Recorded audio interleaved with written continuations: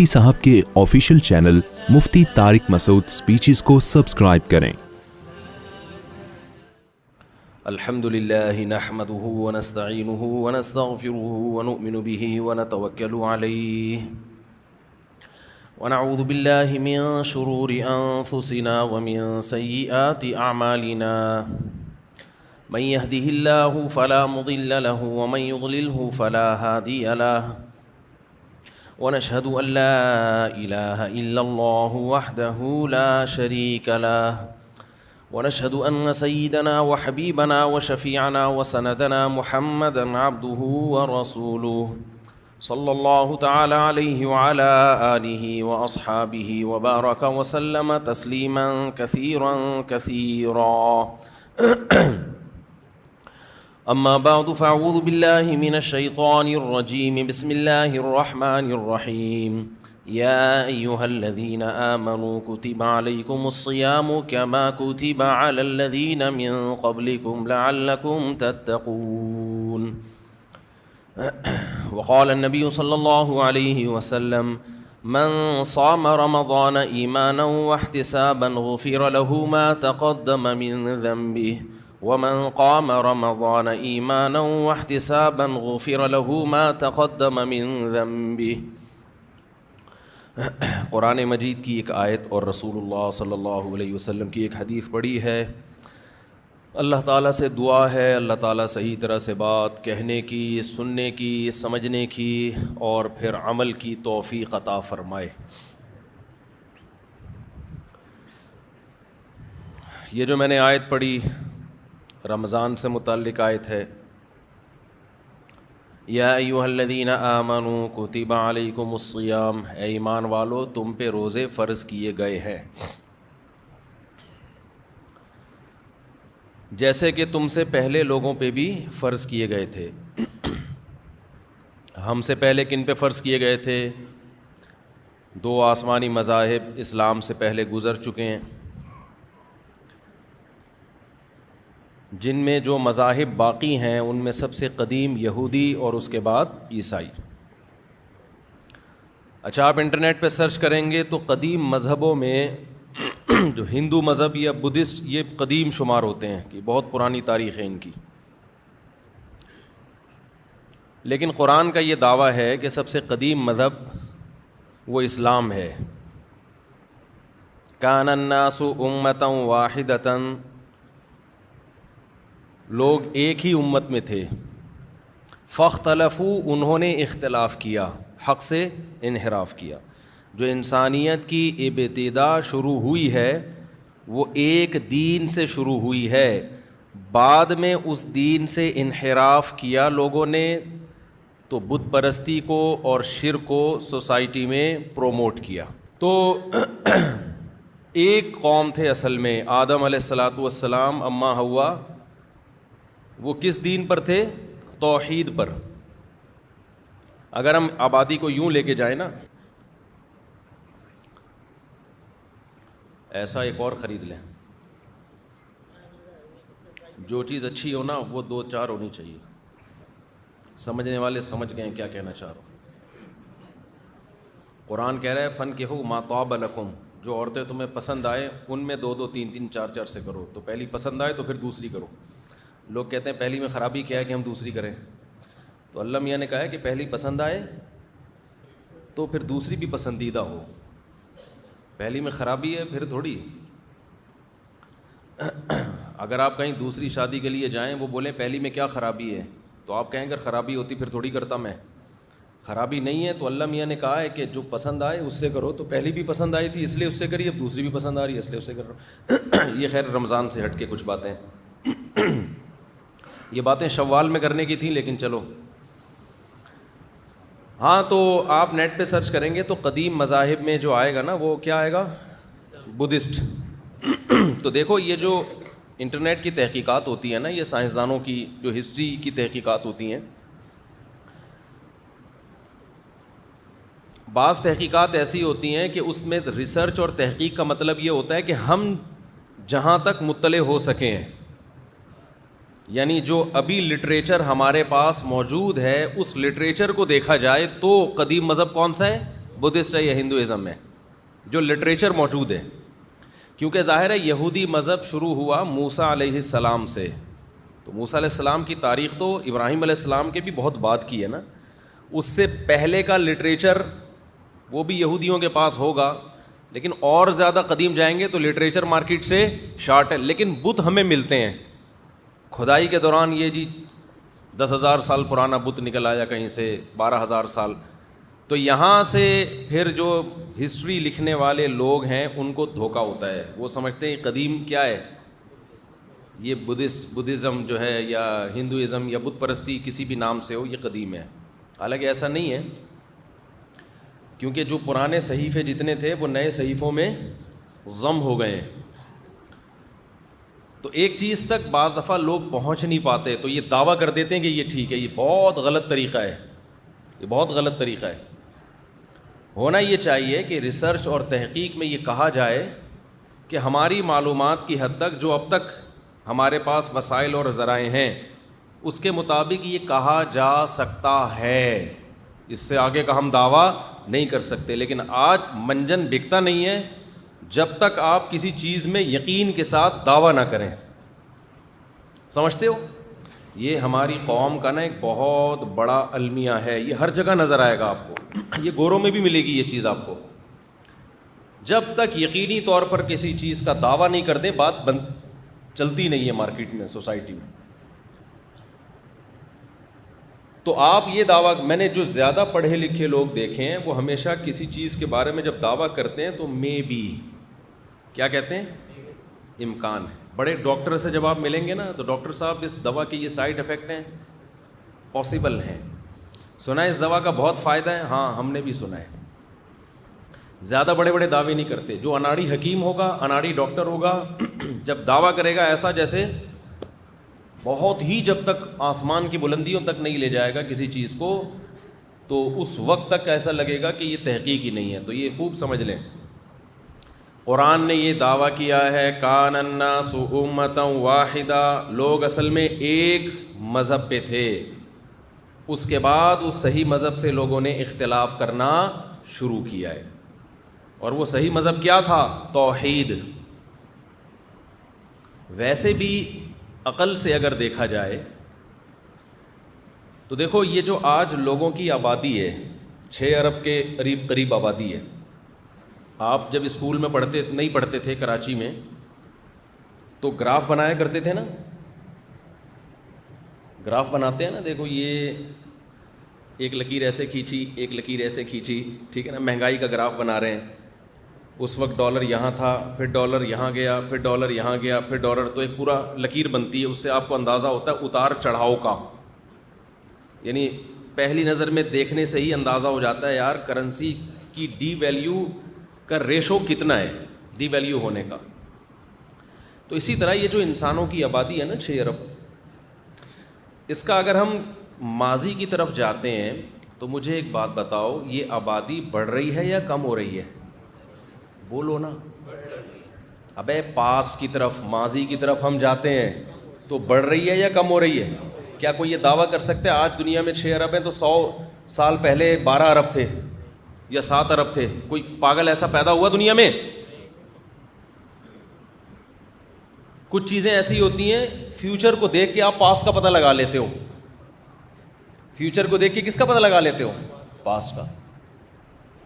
ایک گاڑی کی اسپیڈ ہے, ایکسلریٹر جو ہے اس کا, جس کو اردو میں اسراء کہتے ہیں, اسپیڈ بڑھنے کا جو ریشو ہوتا ہے نا, آپ نے اس کے میٹر کو دیکھ کے اندازہ لگایا کہ اس کا ایکسلریٹر ریشو جو ہے یا ریٹ جو ہے اتنا ہے, اور یہ بھی دیکھ رہے ہو کہ یہ چینج نہیں ہو رہا. تو اگر آپ نے فزکس پڑھی ہوئی ہوگی, آپ اندازہ لگا لو کہ 1 گھنٹہ پہلے یہ گاڑی کہاں کھڑی ہوئی تھی اور اس کی اسپیڈ کتنی تھی. یہ کیلکولیشن سے پتہ چل سکتا ہے کہ نہیں؟ میرا دل چاہ رہا ہے میں ہاتھ کھڑے کروں, جو کہتے ہیں پتہ چل سکتا ہے ہاتھ کھڑے کریں. کلاس ہے نا یہ,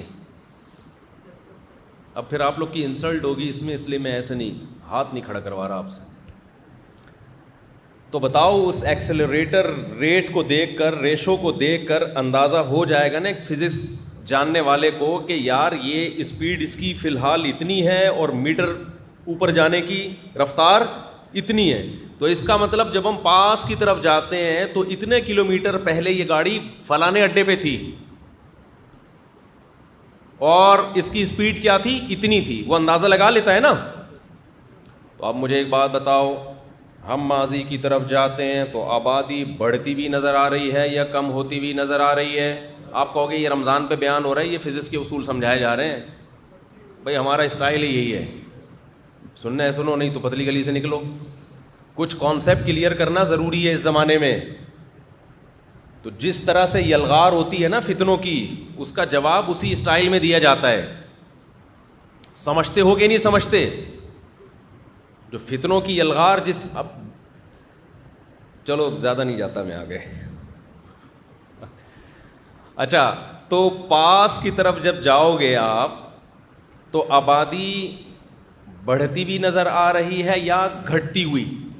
دنیا میں کوئی ایسا پاگل پیدا ہوا جو یہ کہتا ہے کہ 200 سال پہلے آبادی کا ریشو 7 ارب تھا, بعد میں دھماکوں سے کیا ہوا ہے, کم ہوا ہے؟ نا نا نا نا.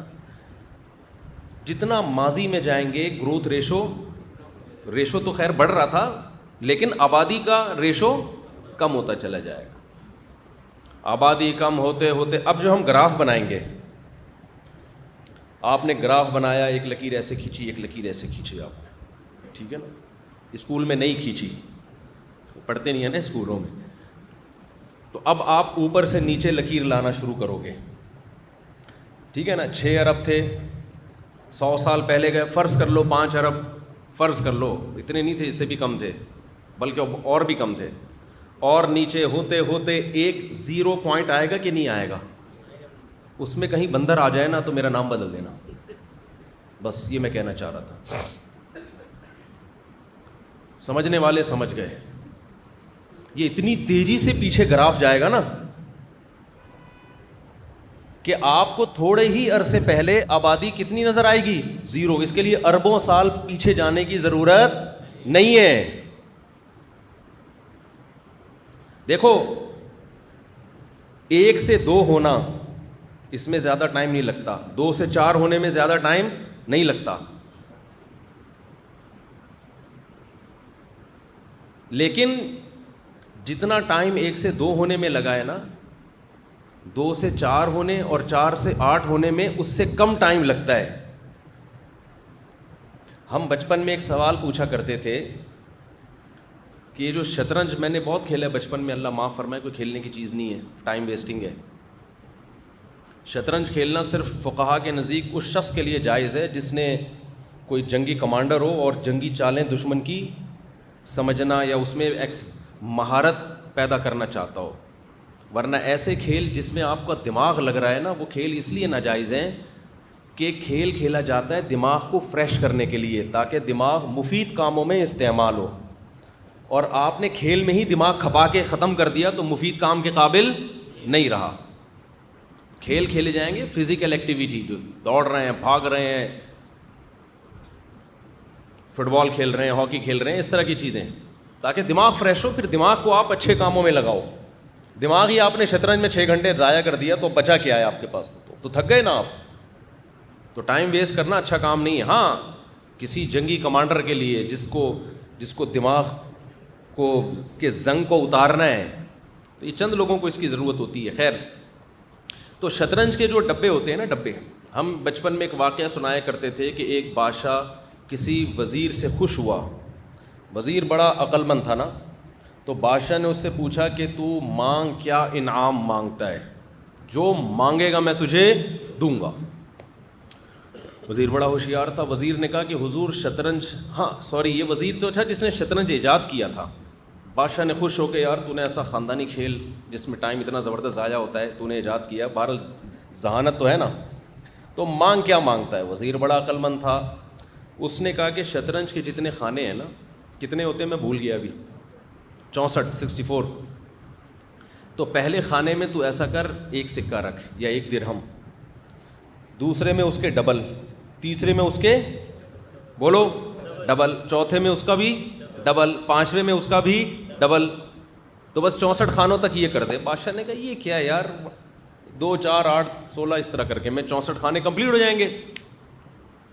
بہت چھوٹی چیز مانگی ہے تو نے یار, کوئی بڑی چیز مانگتا. اس نے کہا کر کے تو دیکھ, کر کے تو دیکھ. دیکھو کون سا واقعہ مجھے بچپن کا اس موقع پہ یاد آیا ہے. تو وزیر نے کیا کیا, بادشاہ نے کیا کیا, ایک, پھر دو, دو سے پھر تیسرے میں 4, چوتھے میں 8, پانچویں میں 16, چھٹے میں 32, ساتویں میں 64, آٹھویں میں 128, ہوتے ہوتے چند خانوں تک پہنچتے ہی لاکھوں, پھر کروڑوں, پھر اربوں, پھر ڈبل ہوتا چلا جا رہا ہے نا. ایک ایک خانہ بادشاہ کو کی ڈپریشن کو بڑھانے کا. 63ویں خانے پر جب پہنچا تو اربوں میں پہنچ چکی تھی رقم, اور 64 کا مطلب جتنی ارب ہے اس کو اب ڈبل. تو وہ ایک ایک خانہ بادشاہ کو اندازہ ہو گیا کہ یہ میرے خزانے خالی کرنے کے لیے کافی ہے. یہی آبادی کے ساتھ ہوتا ہے. نہیں یہی بات سمجھ میں, جب آدم علیہ السلام آئے تھے تو ڈبل ہو گئے, ٹھیک ہے نا, پھر اگلی نسل میں 4 ہو گئے, اگلی میں 8. تو اب جو آبادی پہنچی ہے نا, اب جب یہ ہر ایک کے ہاں ولادت ہوگی, 2 بچے پیدا ہوں گے ہر ایک کے ہاں, تو اس کا مطلب 6 کے کتنے ہو جائیں گے, یا 4 بچے, 8 بچے, جو آبادی ڈبل کتنے بچوں پہ ہوتی ہے مجھے نہیں پتا, اور ہمیں پتہ لگانے کی ضرورت بھی نہیں ہے. ہمارا یہ کانسیپٹ ہی نہیں ہے نا. ہم تو خدا پہ ایمان لانے والے لوگ ہیں. ہم کہتے ہیں انسان اپنے علاوہ کی نسل کو کنٹرول کر سکتا ہے, لیکن انسان کو انسان پر اتنی قدرت نہیں ہے کہ وہ اپنی نسل کو کنٹرول کرنے کی کوشش میں لگا رہے, کیونکہ انسان سے اوپر کی جو ذات ہے نا وہ اللہ ہے. انسان پر حکومت اللہ کو ہے, انسانوں کو نہیں ہے. انسان اس کائنات کی پلاننگ کرے گا جس کائنات کو اللہ نے انسانوں کے لیے مسخر کیا ہے. اس میں پوری انسانوں کے علاوہ ساری مخلوق آ گئی. تو ہم اپنے علاوہ تمام مخلوق کی پلاننگ کر سکتے ہیں, گروتھ کو کنٹرول کر سکتے ہیں, شکار کر سکتے ہیں, چڑیا گھر میں ٹکٹ لگا سکتے ہیں, سب کچھ کر سکتے ہیں. لیکن انسان کی پلاننگ آبادی کتنی بڑھانی ہے کتنی گھٹانی ہے, یہ اس کا مطلب ہے آپ اپنے ہی باپ بن گئے ہو. آپ پر حکومت کسی اور کی ہے, آپ کسی اور کے لیے مسخر ہو, تو یہ وہ کرے گا. آپ نہیں کر سکتے کہ میں آپ کو کہوں کہ آپ کے اتنے بچے ہونے چاہیے, فیملی پلاننگ والے ہمیں بتائیں ہمارے, تو تم ہمارے باپ ہو کیا تمہیں بتاؤ گے بھائی؟ سمجھ میں آ رہی ہے بات کی نہیں آ رہی؟ تم تھوڑی ہمیں بتاؤ گے یار, ہمارا پرسنل مسئلہ ہے, ہمارے جتنے بھی مرضی بچے ہوں. یہ تھوڑی انسانوں کو ہم خدا بنا لیں کہ وہ گروتھ ریشو میں بھی ہمیں مشورہ دیں. ہم اپنے سے کمتر مخلوق کی پلاننگ کریں گے. ہماری پلاننگ کون کرے گا؟ اللہ کرے گا, جو ہمیں رزق دیتا ہے. اس نے بتایا ہے کہ میں نے تمہارے لیے رزق کا انتظام پہلے سے کر دیا ہے. جب کر دیا ہے تو یہ تمہارا ہیڈک نہیں ہے, تمہارا ہیڈک ہے اس رزق کی فکر میں لگو, بس اس کی تلاش کرو, اس کی فکر تمہیں کرنی ہے. باقی کتنے بچے پیدا ہونے یہ میں نے زمین بنائی ہے تمہارے لیے, یہ میرا مسئلہ ہے, یہ تمہارا مسئلہ نہیں ہے. اور اگر انسان اللہ کے کاموں میں مداخلت کرے گا تو پھر اس کو لگے گا فطرت کی طرف سے زوردار چپیڑ لگے گا اس کو, جیسے کہ یورپ امریکہ کو لگ گیا ہے, اتنا خاندانی قسم کا قدرت کی طرف سے چپیڑ لگائے کہ وہ پاگل ہو گئے ہیں, ملکوں کے ملک مارکیٹ سے شارٹ ہونے والے ہیں. تو یہ بہت فطرت انتقام لیتی ہے. خیر, تو اب آپ گروتھ ریشو کو لے کے جاؤ ماضی کی طرف. 6 ارب ہیں, گراف بناؤ, پیچھے جاؤ اور پیچھے جاؤ اور پیچھے جاؤ, تو ایک دم یعنی جتنی اسپیڈ سے پیچھے جاؤ گے نا آبادی کم ہوتی بھی نظر آئے گی. تو جتنی اسپیڈ سے کم ہو رہی ہے, جتنا ماضی میں جاؤ گے یہ اسپیڈ کم ہونے کے بجائے بڑھ جائے گی. تو یہ پھر کروڑوں اربوں سال لگیں گے نہیں اس میں گراف جب آپ کھینچو گے. تو یہ 6 ارب سے 3 ارب, 3 ارب سے 1.5 ارب, 1.5 ارب سے 75 لاکھ. تو یہ بہت جلدی چند ہزار سال پیچھے آپ جاؤ گے تو یہ کیا ہو جائے گا, یہ زیرو پہ آ جائیں گے. اور یہ ایک اکائی آدم اور دوسری ہوا. اس میں بندر کے لیے جو سائنسدان بتاتے ہیں نا کہ اتنے کروڑوں سال پہلے انسان بندر تھا, وہ بندر اس گراف میں آپ کو کہیں بھی نظر نہیں آئے گا, کیونکہ اتنے کروڑ سال پہلے آبادی زیرو پہ آ جائے گی. بہت مشکل ہے بات سمجھانا. یہاں تک کھوپڑی شریف میں بات آ گئی ہے. تو یہ کچھ چیزیں ایسی ہوتی ہیں جو بالکل 2 اور 2 4 کی طرح واضح ہوتی ہیں. اس میں سائنسدان جو ہوتے ہیں نا, کیونکہ ان کو کچھ مل نہیں رہا ہوتا, یار یہ بن کیسے گیا, اب خدا کہہ رہے ہیں میں نے بنا دیا, تو یہ بات لوگوں کی کھوپڑی میں نہیں آ رہی, خدا کیسے بنا سکتا ہے.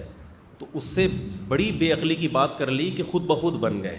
تو پھر جب ایک جھوٹ انسان بولتا ہے تو اس جھوٹ کو چھپانے کے لیے, بچپن میں ہم نے جیسے شطرنج کی مثال سنی تھی, ایسے ہی ہم نے یہ بھی سنا تھا, کچھ چیزیں بچپن میں انسان سنتا ہے, بڑے ہو کر ثابت ہو جاتا ہے کہ وہ صحیح, بالکل آپ نے صحیح سنا تھا.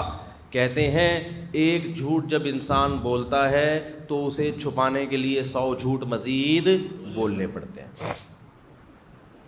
تو یہ جو ایک جھوٹ بولا گیا ہے نا کہ بندر سے وجود میں آیا ہے, تو اسے چھپانے کے لیے بہت سارے, ایک جھوٹ بولا نا کہ خدا نہیں ہے, یہ جھوٹ بولا نا کہ خدا نہیں ہے, تو اس جھوٹ کو چھپانے کے لیے پھر فلسفے گڑھے گئے ہیں, بہت سارے جھوٹ گڑھے گئے ہیں. انہی میں ایک یہ بھی ہے کہ کروڑوں سال پہلے, حالانکہ وہ اس گراف میں آپ کو کہیں بھی لگے گا کہ بندر نہیں ہے, بندروں کا الگ گراف بنانا پڑے گا آپ کو, بندروں کی آبادی دیکھ کے.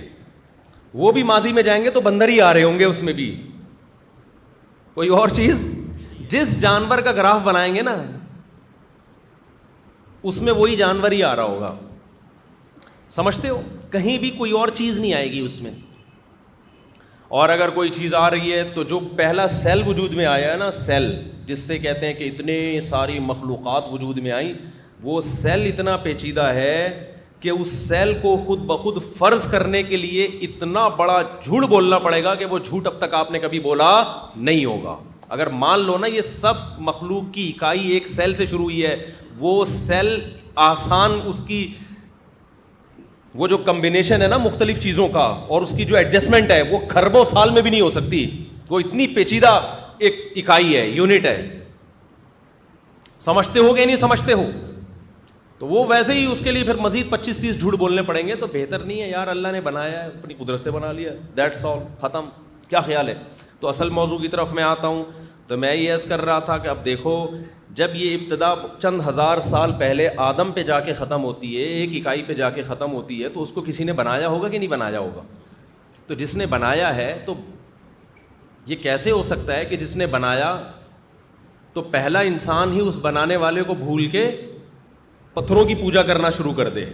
یہ عقلی لحاظ سے بھی ممکن نہیں ہے. عقل بھی یہ کہتی ہے کہ اصل جو انسان کی اکائی ہے, جو انسان جہاں سے شروع ہوا, وہ شرک پر نہیں تھا, وہ کس پر تھا؟ وہ توحید پر تھا, وہ نیک تھا. انسان بائی نیچر نیک ہے, جبکہ ایتھیس لوگ کہتے ہیں کہ انسان بائی نیچر جنگلی درندہ ہے. جبکہ مذہب کیا کہتا ہے؟ انسان کی جو ابتدا ہے نا, جہاں سے اس کی نیچر شروع ہوئی, وہ پیغمبر سے شروع ہوئی ہے, جو خدا کی توحید کے قائل, خدا کے حلال کو حلال, حرام کو حرام کہتے تھے, مہذب تھے. فیوچر میں جیسے جیسے ہم جا رہے ہیں, تہذیب پیدا ہونے کے بجائے کم ہو رہی ہے. ماضی کی طرف جائیں گے تو تہذیب زیادہ تھی, کم نہیں تھی. سمجھ میں آ رہی بات کہ نہیں آ رہی؟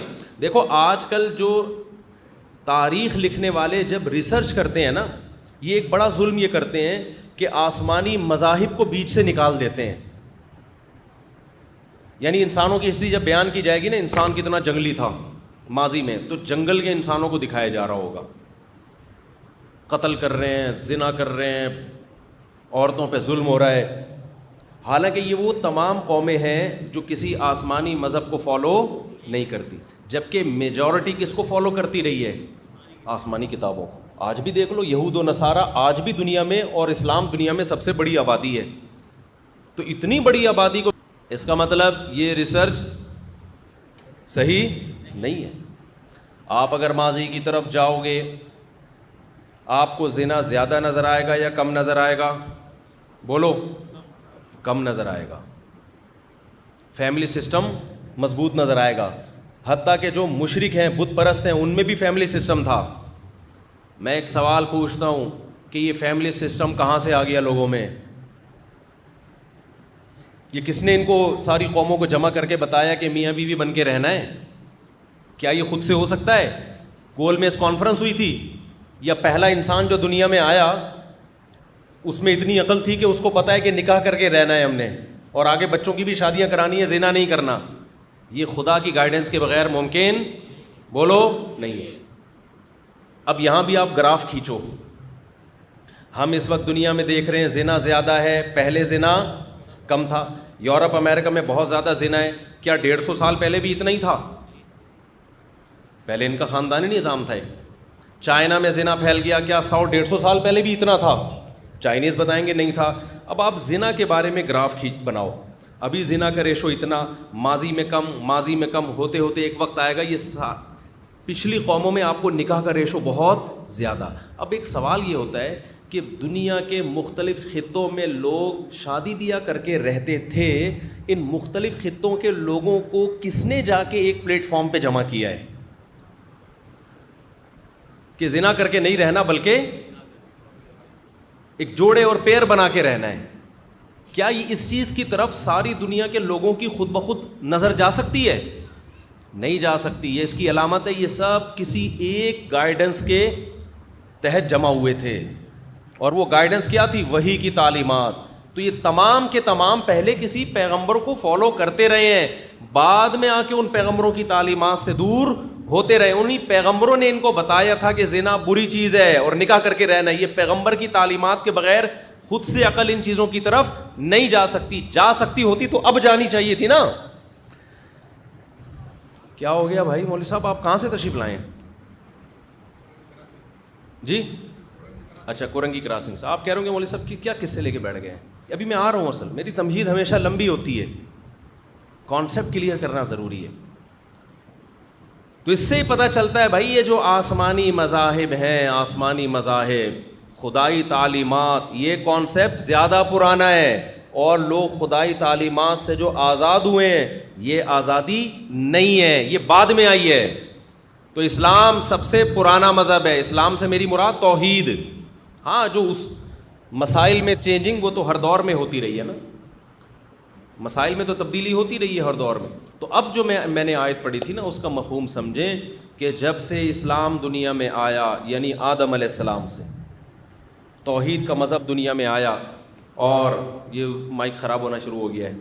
جب سے توحید کا مذہب دنیا میں آیا, خدائی تعلیمات دنیا میں آئیں, اور وہ پہلے انسان کے ساتھ آئی ہیں, آدم علیہ السلام جن کو کہا جاتا ہے.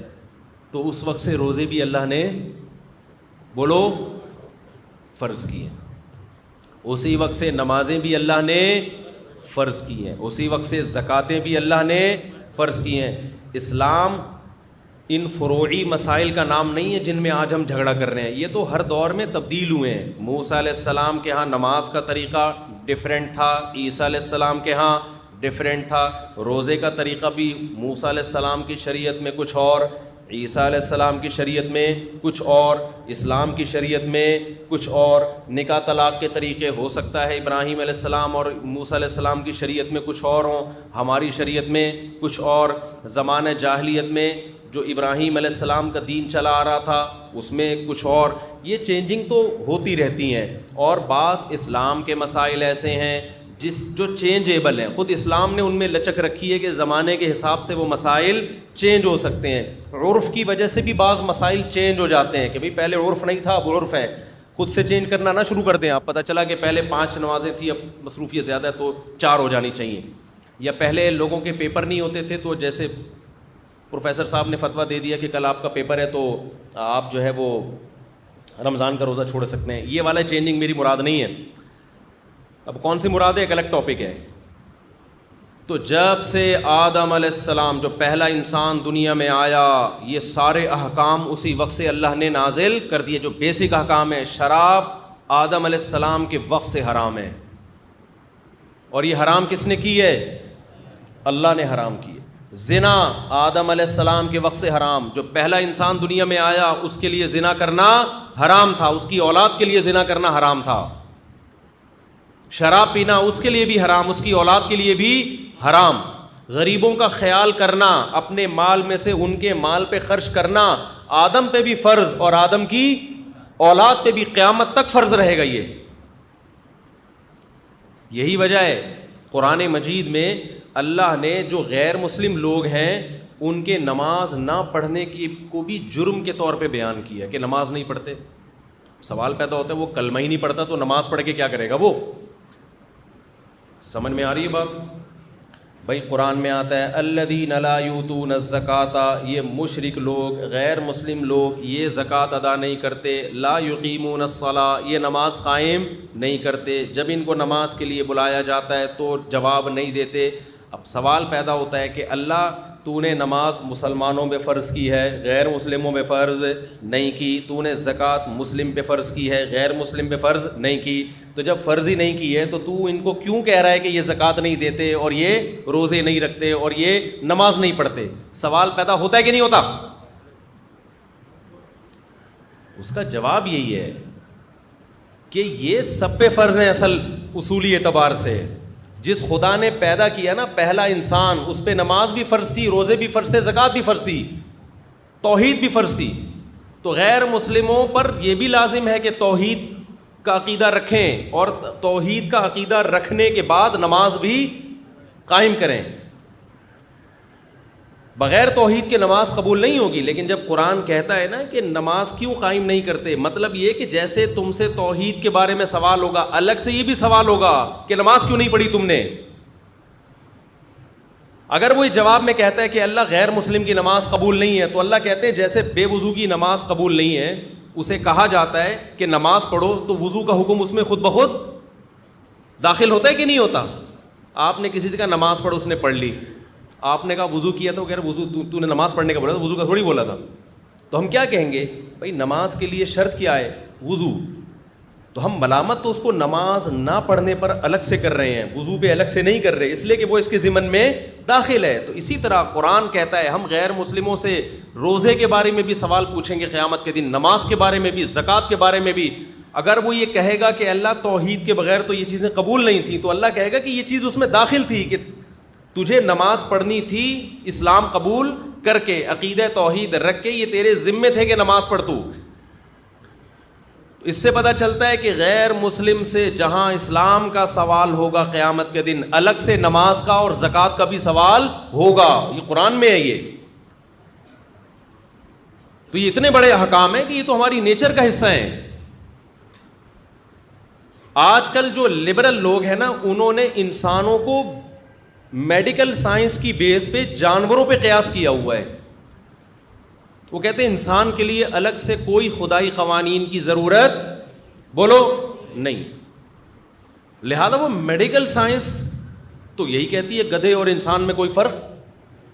ابے بولو نا یار، میڈیکلی تو کوئی فرق نہیں ہے نا، وہ بھی دیکھتا ہے آپ بھی دیکھتے ہو۔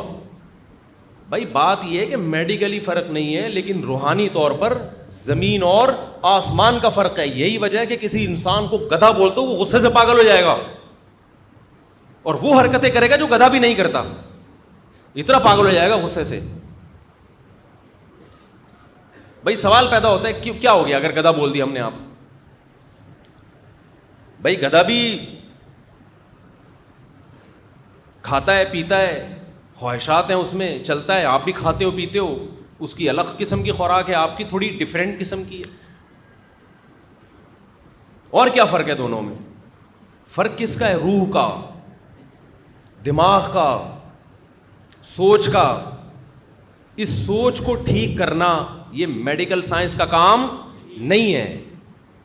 میڈیکل سائنس یہ بتا سکتی ہے کہ جھوٹ بولنے سے کیا نقصان ہوتے ہیں، کہتے کچھ بھی نہیں ہوتا جھوٹ بولنے، بلکہ جھوٹ بول کے آپ زیادہ اچھا کھا سکتے ہو۔ آج کل کسٹم میں جھوٹ بول بول کے تو مال نکالا جا رہا ہے سارا۔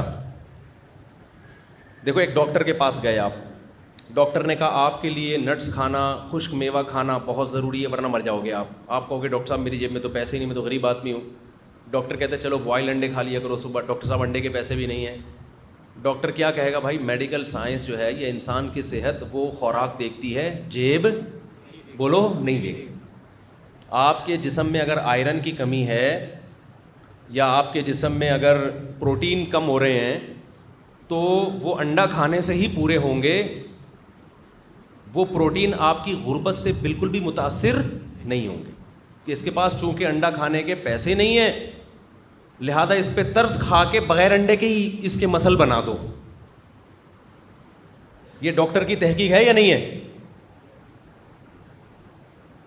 لہذا آپ اگر ڈاکٹر سے کہتے ہیں اچھا ڈاکٹر صاحب اگر میں انڈے چوری کر کے کھا لوں، ہیں تو کیا میرے جو پروٹین پیدا ہو جائے گا؟ ڈاکٹر کہے گا بھائی انڈا پیٹ میں جانا چاہیے، حلال ہو یا حرام ہو، چھپکلی کے ہوں یا مرغی کے ہوں، اس سے کوئی فرق. تبھی تو چائنا والے ہر قسم کے انڈے کچھوے کے انڈے کھا رہے ہیں. چائنا والے کس کے انڈے کھاتے ہیں؟ چائنا میں جا کے کھانا کھانے کے علاوہ ہر کام کر لیا کرو، یہ بتا رہا ہوں میں آپ. چائنا کی صرف زبان ہی چنگ پونگ نہیں ہے، کھانے بھی چنگ پونگ ہیں. جیسے زبان عجیب سی ہے نا، کھانے اس سے زیادہ عجیب سے ہیں. وہ ہمارے ایک دوست چائنا گئے، انہوں نے کہا کہ میں نے آرڈر کیا ہے کہ حلال مرغی چاہیے ہوٹل میں نا. تو وہ عجیب سی چیز لا کے رکھی، انہوں نے مجھے تصویر بھیجی، کہہ رہے ہیں یار یہ حلال مرغی نہیں، حلال کھانا چاہیے. تو انہوں نے سمجھا کہ حلال کھانا چاہیے اس کا مطلب اس کو وہ نہیں چاہیے، یعنی کتے متے نہیں چاہیے، اس کو مرغی چاہیے. تو انہوں نے زندہ مرغی کو جلتی ہوئی کڑھائی میں ڈالا، زندہ مرغی. وہ ایسا ہی کرتے ہیں، جب آخرت پر ایمان نہ ہو نا تو کچھ بھی کر لو. پھر آپ زندہ مرغی بوائل پانی میں، یہ جلتی ہوئی کڑھائی میں، میرا خیال ہے بوائل پانی میں ڈال کے، وہ جب مر گئی ہے نکالا، اس کے پر صاف کیے اور لا کے ان کی خدمت میں پیش کر دی، پوری آنکھوں سمیت، کھال سمیت. انہوں نے مجھے تصویر بھیجی کہ حلال کا جب یہ حال ہے تو حرام کیا ہوگا. سمجھتے ہیں کہ نہیں سمجھتے؟ وہ بے زبان جانور ہے یار. آپ نیٹ پہ دیکھ سکتے ہو، ہم سے تو دیکھی نہیں جاتی یہ چیزیں. اتنی اذیت دے رہے ہو جانور کو. تو دیکھو، جس کے دل میں رحم کا جذبہ ہوتا ہے نا، وہ جہاں انسانوں کے لیے رحم دل ہوتا ہے، جانوروں کے لیے بھی ہوتا ہے. یہ نہیں ہوتا کہ انسانوں کے لیے الگ قوانین اور جانوروں کے لیے الگ. اگر وہ جانوروں پہ رحم نہیں کر رہا، صرف انسانوں پہ کر رہا ہے، تو وہ کسی ایگریمنٹ کے تحت کر رہا ہے انسانوں پہ. ورنہ دل اگر نرم ہوتا تو بھائی تکلیف تو جانور کو بھی ہوتی ہے، تکلیف تو جانور کو بھی ہوتی ہے. تو خیر، میں کیا بات کر رہا تھا، یہ ادھر چنگ پونگ میں دماغ چلا گیا یار. اچھا بلا بیان چل رہا تھا. وہ چائنا جب دماغ جاتا ہے نا تو وہ کتا یاد آتا ہے مجھے انہیں ایک دم پکا کے کسی کو کھلایا تھا. رمضان پہ تو کر رہا تھا یہ جی. ابے نہیں یار، یہ بالکل اینڈ میں کہاں سے. ہاں، میں میڈیکل سائنس کا بتا رہا تھا، وہ انڈوں کی آواز آئی وہاں سے. تو آپ مجھے بتاؤ، ڈاکٹر کے پاس آپ گئے، ڈاکٹر صاحب انڈا کھانے کے پیسے نہیں ہیں. اچھا، میں اگر ڈاکٹر صاحب انڈا چوری کر کے کھا لوں، چوری کر کے انڈا کھا لوں، تو کیا پروٹین پورے ہو جائیں گے؟ ڈاکٹر کیا کہے گا؟ بھائی انڈا چوری کا ہو، حلال ہو، حرام ہو، انڈا انڈا ہوتا ہے. جب باڈی میں جائے گا تو آپ کا پروٹین بڑھے گا، پروٹین ملے گا باڈی کو. پروٹین کی جو کمی ہے پوری ہوگی آپ میں. لیکن آپ جب مفتی صاحب کے پاس آؤ گے، یا مفتی صاحب چھوڑو، آپ پیغمبروں کے پاس جاؤ گے، پیغمبروں کے پاس، یا پیغمبروں کے کا علم حاصل کرنے کے لیے کسی مولانا کے پاس جاؤ گے. مولانا صاحب باڈی میں پروٹین آپ کو نظر آ رہا ہے، آپ کی تو اتنے ہیں ماشاءاللہ، میرے بالکل بھی، کیونکہ مولانا صاحب کے عام طور پہ ذرا زیادہ صحیح ہوتے ہیں عام طور پہ، میرے بالکل بھی نہیں ہیں. ہڈیاں نظر آ رہی ہیں، آپ دیکھ رہے ہیں. کھچڑی کھا کھا کے ایسا ہو گیا ہوں میں، غربت کا مارا. ڈاکٹر نے کہا ہے کہ انڈے کھاؤ. ڈاکٹر نے کیا کہا ہے؟ انڈے کھاؤ. انڈوں کے پیسے میرے پاس نہیں ہیں، غربت، مہنگائی. تو کیا میں انڈا چوری کر کے کھا سکتا ہوں؟ اس سے پروٹین لیول پورا ہوگا کہ نہیں ہوگا؟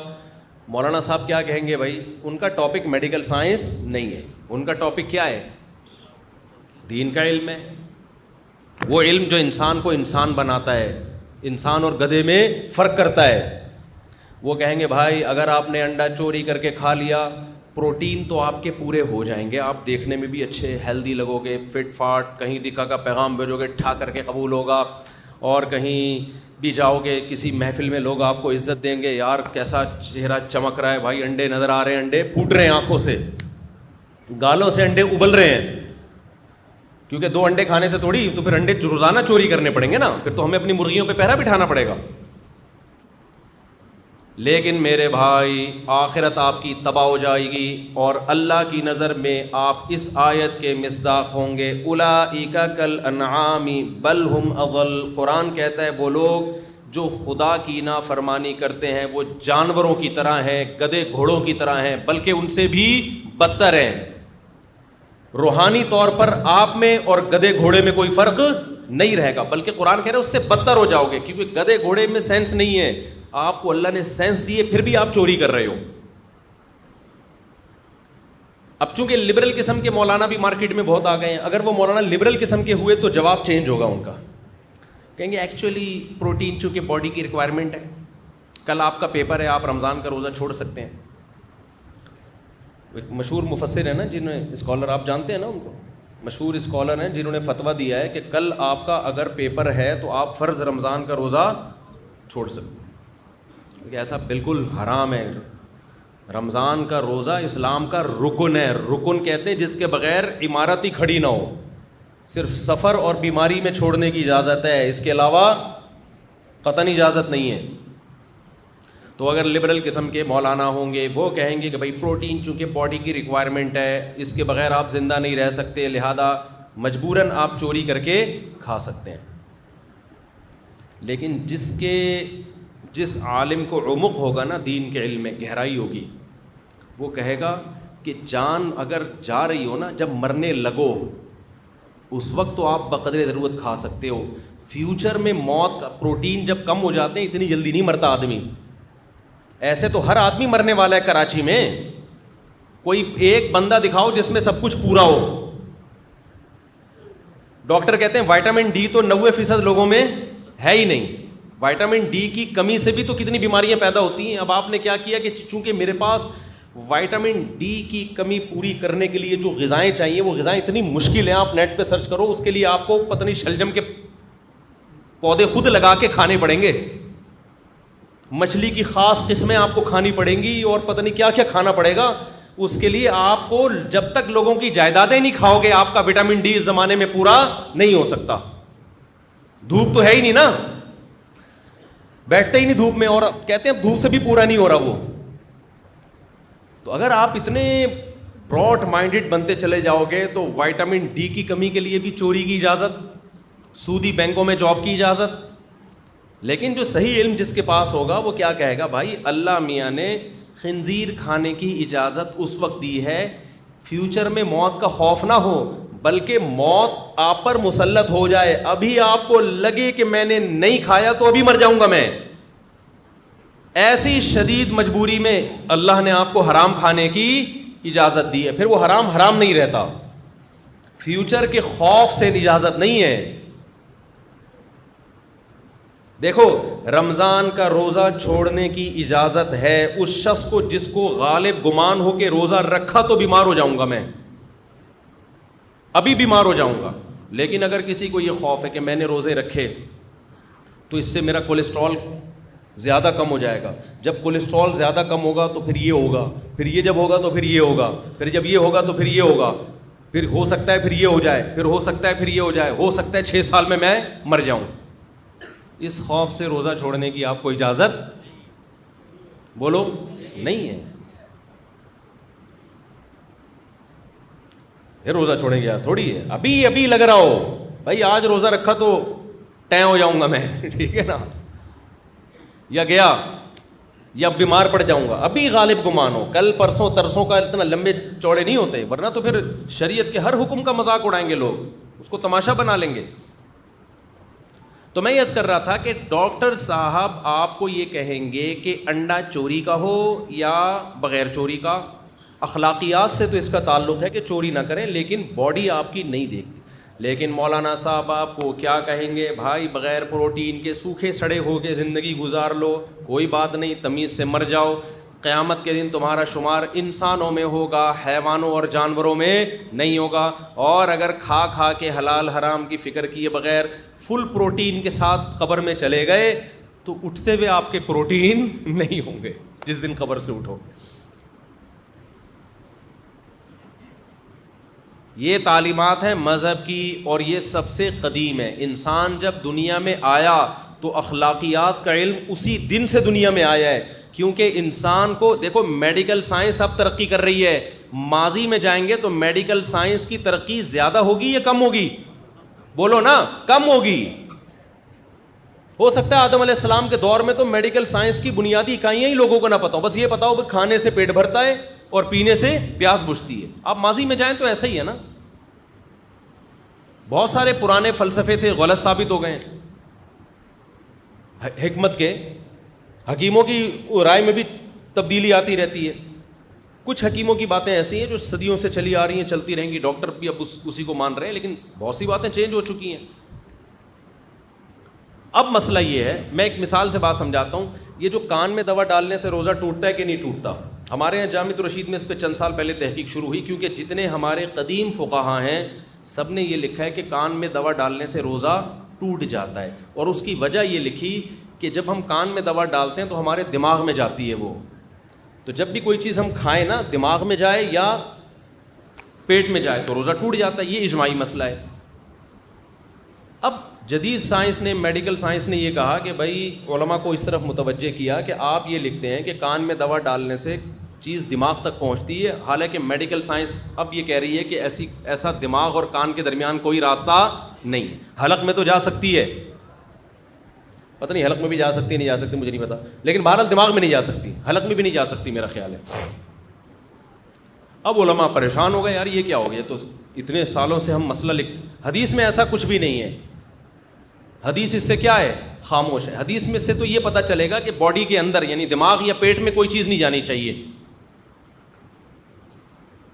تو ہمارا اجلاس ہوا اس پہ, دارالعلوم کرنگی میں بھی اجلاس ہوا, تو اس پہ چند حضرات نے یہ کہا کہ اس دور کے جو فقہا تھے اتنے ذہین تھے, جب انہوں نے ایک فتویٰ دیا ہے کہ کان میں دوا ڈالنے سے دماغ میں دوا پہنچتی ہے, روزہ ٹوٹتا ہے, تو وہ اتنے ذہین لوگ تھے, اتنے قابل لوگ تھے, ان کا فتویٰ غلط بولو نہیں ہو سکتا, لہذا اسی فتوے کو قائم رکھا جائے.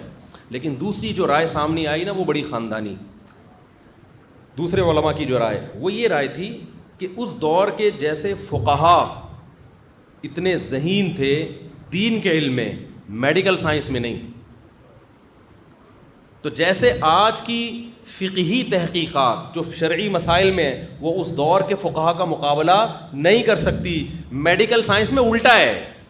اس دور کی جو میڈیکل سائنس کی تحقیقات تھیں وہ آج کی میڈیکل سائنس کا مقابلہ نہیں کر سکتا. تو ایسے دو چار کی طرح انسانی باڈی کو کھول دیا گیا ہے, کو غلط نہیں قرار دے رہے. ان فقہا کی تحقیق کی بیس وہ حکیم تھے جو یہ کہتے تھے کہ کان میں دوا ڈالو گے تو کہاں پہنچے گی, دماغ. وہ حکیموں کی تحقیق غلط ثابت ہو گئی ہے. بات میں سمجھا پا رہا ہوں کہ نہیں سمجھا پا رہا؟ تو ہم ان فقہا کو غلط نہیں کہہ رہے, اس غلطی کی بیس میڈیکل سائنس تھی جو اس زمانے کی تھی, وہ بیس کیا ہو گئی ہے.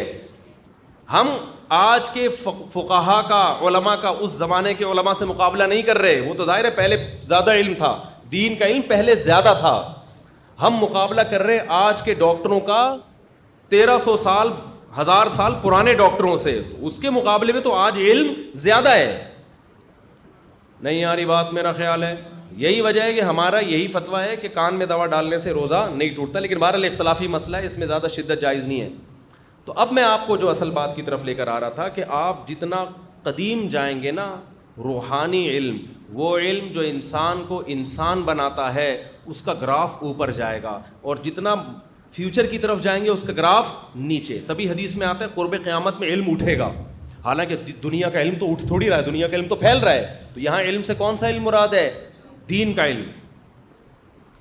ماضی میں جائیں گے روحانیت زیادہ ہے, حیوانیت کم ہے. فیوچر میں جائیں گے روحانیت کم, حیوانیت زیادہ نظر آئے گی آپ کو.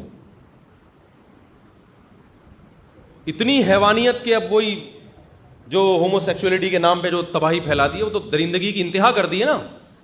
اچھا, میرا پچھلے جمعے کو بیان ہوا, اس پہ کسی نے تبصرہ کیا کہ میں نے کہا نا آج کل میڈیا کے ذریعے وہ ہومو سیکچولیٹی کو فروغ دیا جا رہا ہے. تو کسی نے کہا کہ وہ ہومو سیکچولیٹی نہیں مفتی صاحب, آپ لوگ کو پتہ نہیں, یہ خواجہ سراؤں کے حقوق کی بات ہو رہی ہے. اصل میں یہ بیچارے بھی تو ایک قوم ہے نا, یہ ان کے حقوق کی بات ہو رہی ہے. مولوی لوگ ہمیشہ نیگیٹو سوچتے ہیں, تو خوب سمجھ لو اتنا گھنا بننے کی ضرورت نہیں ہے. یہ جو نیا بل پاس ہوا ہے اس میں خواجہ سراؤں کے حقوق کا کوئی تحفظ نہیں ہے. یہ ہومو سیکچولیٹی کو پروموٹ کرنے کی کوشش ہے. سمجھتے ہو کہ نہیں سمجھتے؟ تو آپ ذرا اسٹڈی کریں. اس لیے ہم اس کے خلاف ابھی سے بول رہے ہیں کہ آگے نسلیں برباد ہونے والی ہیں. تو خیر ہم اپنی بات کی طرف چلتے ہیں. تو اب میں آپ سے ایک بات عرض کر رہا ہوں کہ جب سے آدم علیہ السلام دنیا میں آئے تو دیکھو جو ابا ہوتے ہیں اللہ میاں نے جب ہمارے ابا کو پیدا کیا تو 100% نیچر پہ بنایا. 100% کس پہ بنایا؟ نیچر پہ. کیونکہ انسان کی ابتدا ہے نا, تو بالکل کیسے ہوں گے وہ؟ نیچر پہ. پھر جو قومیں آئیں وہ 100% نیچر پہ تھیں. پھر انسان جب پیغمبروں کی تعلیمات سے دور ہوا تو نیچر سے آہستہ آہستہ ہٹنا شروع ہوا. تو نماز پڑھنا یہ ہماری نیچر کا حصہ ہے. اب میں آپ کو کہتا ہوں, یہ جو میں بار بار کہتا ہوں نا, میڈیکل سائنس ایک الگ فیلڈ ہے اور مذہب ایک الگ, یقیناً ایسا ہی ہے. لیکن مذہب کو فالو کرنا اس اعتبار سے کہ آپ کی نیچر کا حصہ ہے, اور میڈیکل سائنس سب سے زیادہ فوکس کس کو کرتی ہے؟ نیچر کو. کسی بھی ڈاکٹر سے پوچھ لو, وہ کہہ رہا ہے کہ نیچرل غذائیں کھائیں, نیچرل لائف اسٹائل ہونا چاہیے. اگر آپ نیچرل لائف اسٹائل نہیں رکھتے, جائیدادیں کھا لو, آپ کی صحت اچھی نہیں ہو سکتی. رات کو جلدی سونا یہ نیچر ہے یا نہیں ہے؟ اور صبح جلدی اٹھنا, اسلام نے جو آپ کو ایک شیڈول بنا کے دیا ہے, اس میں رات کو دیر سے سو کے صبح دیر سے اٹھنا ہے یا جلدی سو کے جلدی اٹھنا ہے؟ اس کا مطلب اسلام آپ کو فطرت سے دور کر رہا ہے یا فطرت کے قریب کر رہا ہے؟ فطرت کے قریب کر رہا ہے. تو اس لیے پتہ چلتا ہے کہ اسلام اور میڈیکل سائنس اس اعتبار سے ایک ہی چیز کے دو نام ہیں. نہیں آئی بات سمجھ میں؟ اگر آپ کو اپنی صحت کو بھی مینٹین رکھنا ہے, انسان کا بچہ بن کے زندگی گزارنی ہے, ہر لحاظ سے فٹ رہنا ہے, تو آپ کو بالآخر اسلام ہی کو فالو کرنا پڑے گا.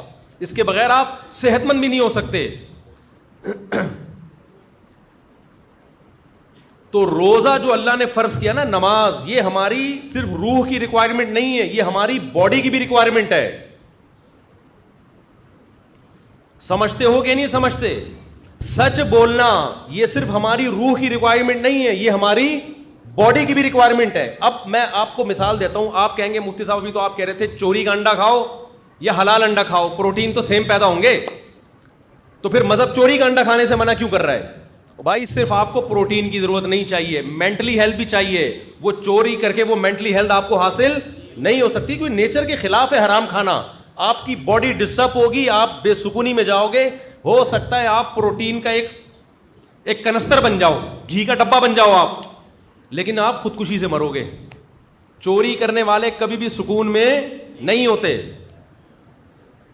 میڈیکل سائنس کوئی فرق نہیں کرتی نکاح اور زنا میں, کہتی ایک سیم پروسیس ہے, نکاح میں بھی وہی, زنا میں بھی وہی. لیکن حقیقت یہ ہے کہ زنا کرنے والے اسٹریس اور ڈپریشن میں جاتے ہیں, نکاح کرنے والے اتنی ٹینشنیں لے کے بھی وہ ٹینشن نہیں لیتے, کیونکہ نیچر ہے. بہت مشکل ہے بھائی, رہنے دو یار. ہو سکتا ہے میڈیکل سائنس کہے کہ روزہ رکھنے سے آپ نتھرنا شروع ہو جاؤ گے, جو تھوڑے بہت آپ میں پروٹین رہ گئے ہیں وہ مارکیٹ سے کیا ہو جائیں گے, شارٹ ہو جائیں گے, کمزور ہو جاؤ گے. این ممکن ہے, میں نہیں کہتا کہ ڈاکٹر ایسا کہتے ہیں نہیں کہتے, یہ ڈاکٹروں سے پوچھے جا کے, وہ جو بھی کہتے ہیں. ہم نے تو مذہب کو فالو کرنا ہے نا, روزہ تو رکھنا ہے, وہ تو اللہ کے حکم پہ رکھنا ہے, ڈاکٹروں کے مشورے تھوڑی رکھنا ہے. ہو سکتا ہے وقتی کمزوری ہو سکتا ہے وقتی نقصان ہو, لیکن نتیجے کے اعتبار سے نقصان بولو نہیں. روزہ صحت کے لیے نقصان دہ ہوتا تو یہ نیچر کے خلاف ہوتا, نیچر کے موافق نہیں ہوتا. پھر قرآن کا یہ دعویٰ غلط ہو جاتا, فطرت اللہ التی فطر الناس علیہا, یہ انسان کی وہ نیچر ہے جس پہ میں نے انسان کو پیدا کیا, اسلام. تو اسلام ایسی بات کا آرڈر نہیں دے سکتا جو انسانیت کے لیے فائدہ کے بجائے کیا ہو, نقصان ہو. تو یہ جو پھوڑنا پھاڑنا ہے نا, اتنا پھوڑ رہے ہو, یہ آپ کی صحت کے لیے نقصان دہ ہے. رسول اللہ صلی اللہ علیہ وسلم نے فرمایا بدترین برتن اللہ کی نظر میں, بدترین برتن جو بھرا ہوا ہو وہ انسان کا معدہ ہے. سمجھ میں نہیں آ رہی بات؟ اللہ کو کوئی ٹرے چاولوں سے بھری ہوئی ہو نا, فل بھری ہوئی, اللہ کو بری نہیں لگے گی. وہ کوئی دیگ اتنی بھری ہوئی ہو, اوپر تک ڈھکن ہی نہ بند ہو رہا ہو, اللہ کو بری. کوئی شاپر بریانی سے بھرا ہوا ہو, اللہ کو برا نہیں لگے گا.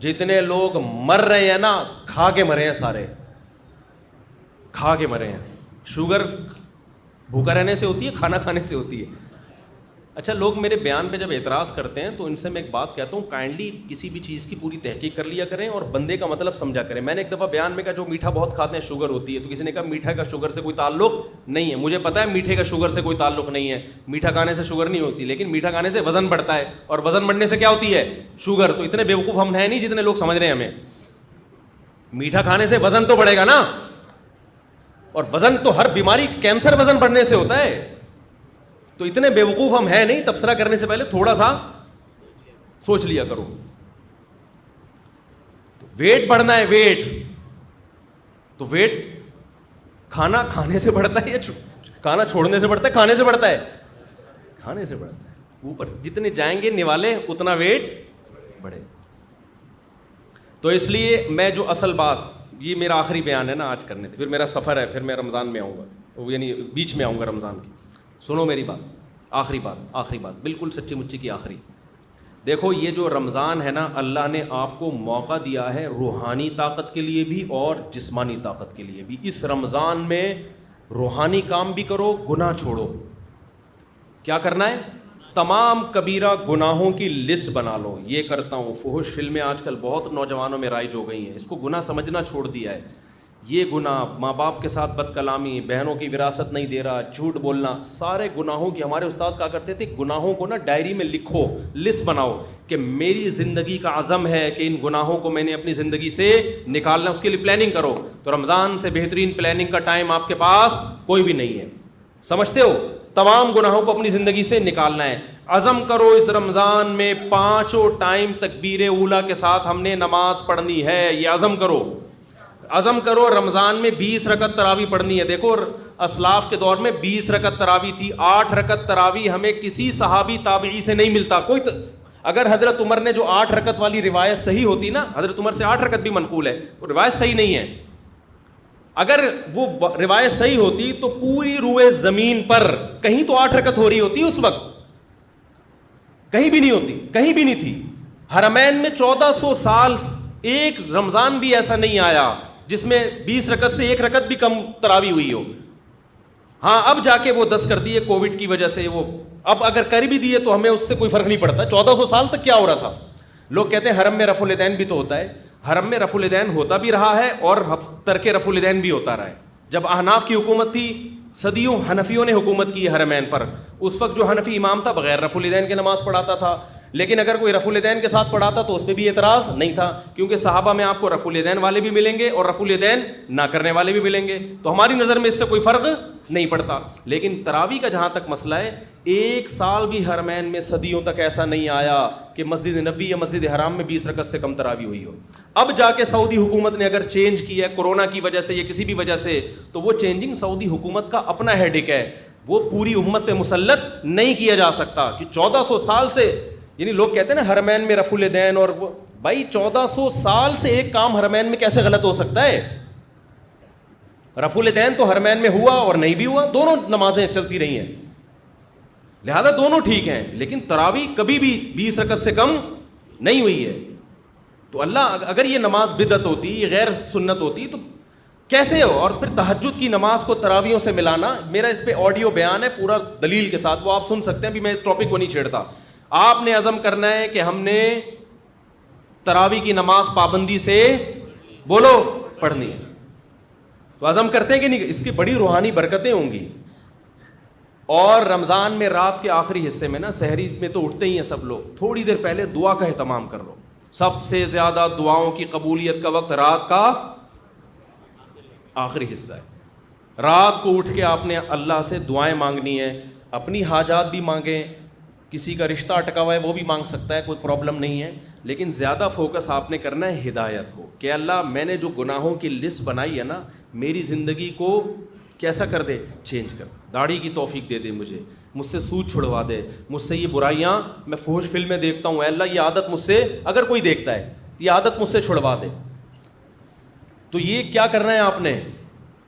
یہ راتوں کو دعا مانگنا ہے. یہ ہوگی روحانی طاقت کے لیے, کیونکہ یہ آپ کو انسان اور گدھے میں فرق کرنے کے لیے, ٹھیک ہے نا. دوسرا کام آپ نے جسمانی طاقت کا بھی کرنا ہے. نبی صلی اللہ علیہ وسلم نے فرمایا المؤمن القوی احب الی اللہ من المؤمن الضعیف, طاقتور مومن اللہ کو کمزور مومن سے زیادہ محبوب. تو رمضان آپ کو طاقت بنانے کا ایک بہترین موقع, کیونکہ ہماری صحتیں برباد ہوتی ہیں پھوڑنے اور پھاڑنے سے.